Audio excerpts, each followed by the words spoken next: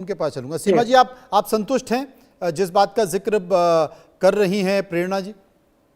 देखिए, मैं तो सिर्फ इतना कहना चाहती हूँ कि एक रीजनल आइडेंटिटी वर्सेस ये लाइवलीहुड ऑफ द पीपल है।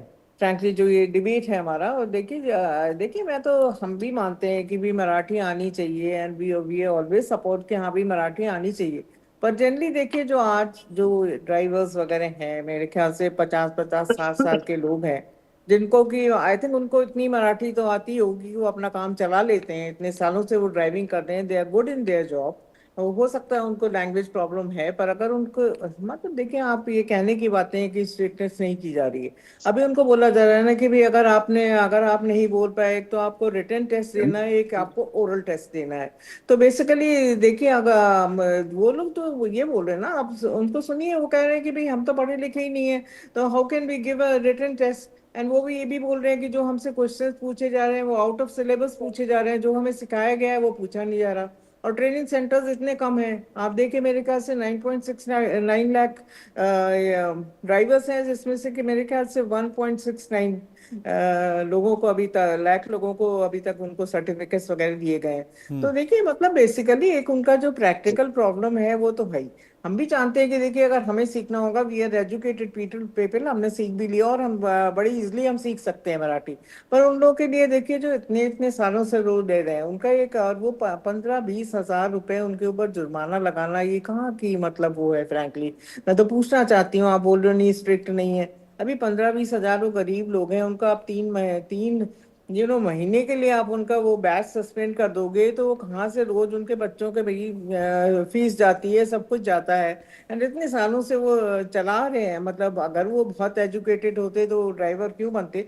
और फ्रैंकली आज तो देश में स्थिति है कि मतलब आउट ऑफ वे थोड़ा सी ये बात हो जाएगी कि आज बड़ा बहुत एजुकेटेड लोग भी बेचारे ड्राइवर की नौकरी कर रहे हैं, because they are will not getting the jobs. जी बिल्कुल। मैं एक बार तो किशोर तिवारी जी के पास भी चलूंगा, जो कि प्रवक्ता तो शिवसेना है। उसके बाद फिर हाजी साहब के आऊंगा, क्योंकि सभी राजनीतिक पार्टियों की अपनी अपनी प्रतिक्रिया क्या है, वो इस मुद्दे पर क्या कहना चाहते हैं, एक बार समझना जरूरी है। किशोर तिवारी जी, आपकी राय?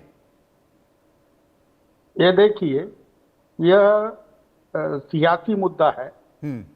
और कहीं मन से ये इशू न ले जाए, इसलिए प्रताप नाइक कर रहे हैं, जो बेसिकली खुद ही ऑटो ड्राइवर है, लेकिन अभी 5-6 हजार करोड़ की प्रॉपर्टी जमा के ईडी सीबीआई से बचने के लिए वो इधर आ गए हैं, हाँ, एक नाथ शिंदे के साथ। लेकिन मैं आपको बोलता हूं कि ये डिसीजन भिवंडी के एक मामले में हाई कोर्ट ने पहले ही इसको अनकॉन्स्टिट्यूशनल डिक्लेयर किया है। जी। लेकिन भाजपा जो है वो बड़ी डिफिकल्टी में आई है, क्योंकि भाजपा राष्ट्रीय स्तर पर ये भूमिका नहीं ले सकती और महाराष्ट्र में उनके सहयोगी ये भूमिका ले रहे हैं, तो सरकार में रहते हुए वो ऐसा कोई मैसेज दे नहीं सकती।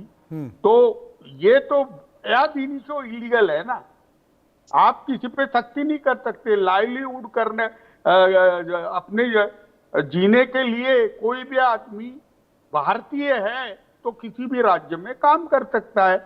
और बेसिकली सख्ती तो होनी नहीं चाहिए। मैं एक बात बता रहा हूं, क्योंकि महाराष्ट्र की जब रचना हुई तो बम्बई गुजरात का पोर्शन था, ग्रेटर बॉम्बे, और हम मध्य प्रदेश में थे, और वो हिंदी भाषी भाव था, और पूरा पूरा का पूरा मराठवाड़ा रीजन ये निजाम का स्टेट था, और यहाँ एक जगह उर्दू, एक जगह हिंदी, एक जगह गुजराती भाषा थी, और ये बहुसांस्कृतिक बहुभाषिक राज्य है, और यहाँ मराठी की सख्ती लगाना यह कॉन्स्टिट्यूशनली सूट नहीं होता।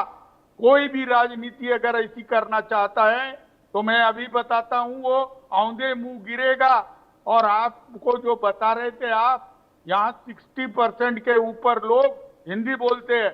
मैं महाराष्ट्र के विदर्भ प्रांत से आता हूं और मैं अर्बन एरिया के अंदर देखता हूं तो यहाँ हिंदी बोली जाती है, लेकिन मैं मराठी मानुस हूं। हाँ, मैं किसानों का नेता हूं, मैंने जिंदगी भर किसानों का काम किया है।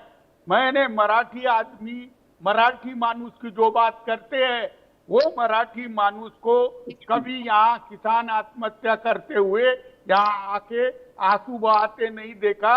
हमने हमारी Yes. जिंदगी दे दी। तो मैं कह रहा हूं, एक भी उत्तर भारतीय का ये रोजगार लेंगे, एक भी अमराठी मानुस का रोजगार ले लेंगे, तो हम इनको कोर्ट में से उसको जुर्माना पूरा वापस दिलाएंगे